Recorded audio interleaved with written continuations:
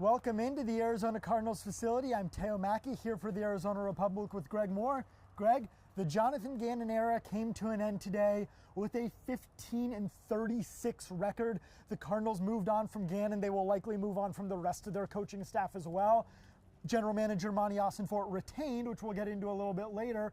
Michael Bidwell, owner of the Cardinals, when he was asked about this decision, he repeatedly just said it came down to wins and losses, wins and losses, wins and losses.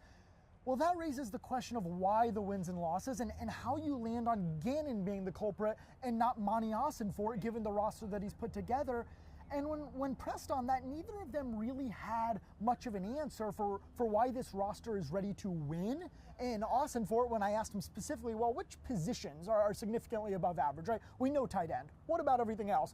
He pointed to a bunch of young guys and guys who maybe were injured or ascending, but it's year three, and he is also 15-36, and his answers did not really illustrate that this is a roster ready to win next year. So I'm kind of curious why you think that this may have been the Cardinals' decision and how they can turn this around in 1 year.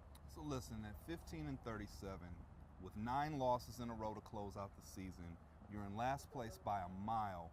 Something has to give. Michael Bidwell's not going to fire himself. Monty Austinfort was part of the brain trust that hired Jonathan Gannon in the first place. And so if you believe in the leadership, you have to make a change, and that leaves it on Gannon. I happen to think Gannon is taking a fall for something that wasn't entirely his fault, but Michael Bidwell said repeatedly that it was about wins and losses, and he mentioned specifically early in the season there were some close losses. There's a case to be made that a close loss is on the coach. A big loss is on the roster. It's on the players. From that perspective, I understand it. I don't necessarily agree, but I do understand.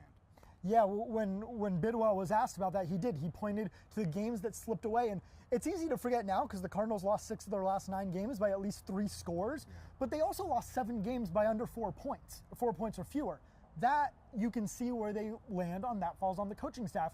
Now, when asked to look toward the future, I asked Michael Bidwell, are you willing to pay top of the market rates to the most in-demand coaches? And he gave a non-answer.